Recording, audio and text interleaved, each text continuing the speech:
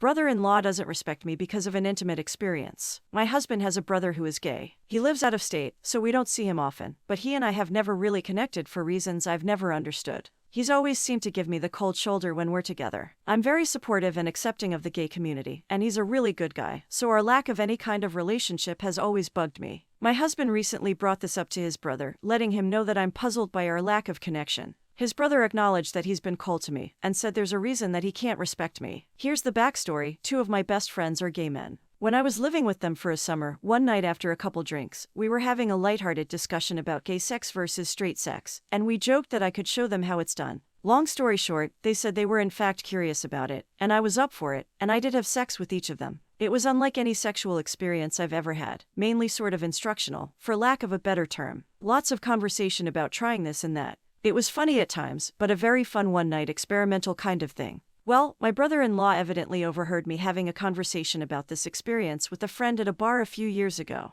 He told my brother that this is the reason he can't respect me. He says he knows women like me who do this kind of thing, and he thinks it's appalling. He says women like me are either getting off on a weird fantasy or trying to turn the men. He said that either way it's taking advantage of the men and putting them in unnatural situations. I brought this up to my brother-in-law to explain myself when we were together last week. I wanted him to know that my situation was nothing like that. He didn't want to hear any of it, and the conversation ended abruptly. This really leaves me feeling uncomfortable, and now I'm actually questioning what I did with my friends. How should I handle this? Should I try again to defend myself, or is what I did not defensible?